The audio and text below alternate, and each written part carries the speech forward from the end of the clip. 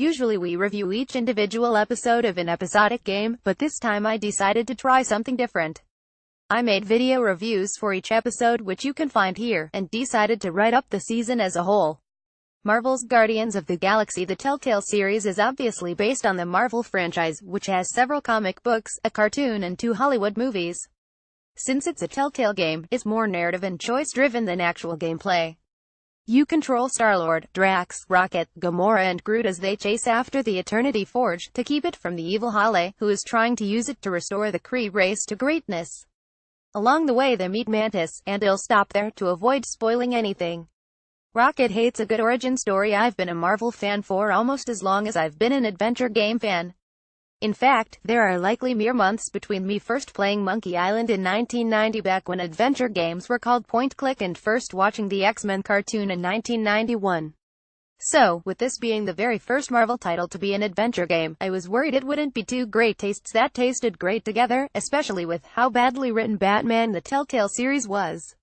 If you were also worried or read my article on the subject that Marvel Comics wasn't a suitable fit for Telltale games, then you can rest easy. It's a very funny, well-written script with a great story full of feels. As you travel through the well-realized environments, it's almost enough to forgive the poor transitional frame rates.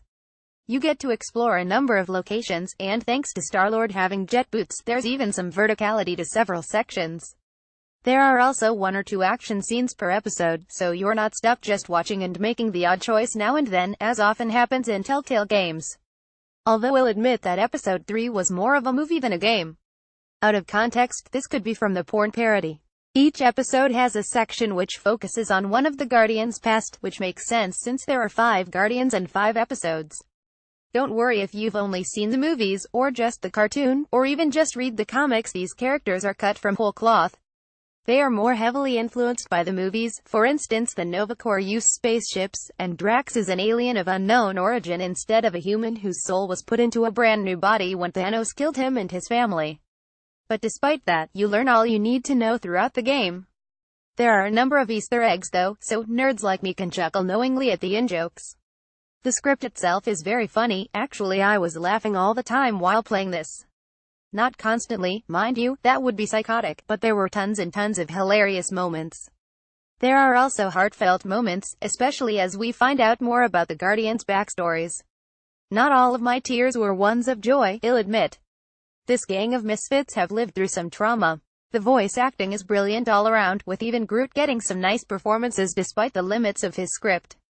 Then there's the soundtrack, which takes another cue from the movies and recent comics. Star-Lord has a Walkman on him and puts on a different song from the 70s, 80s each episode.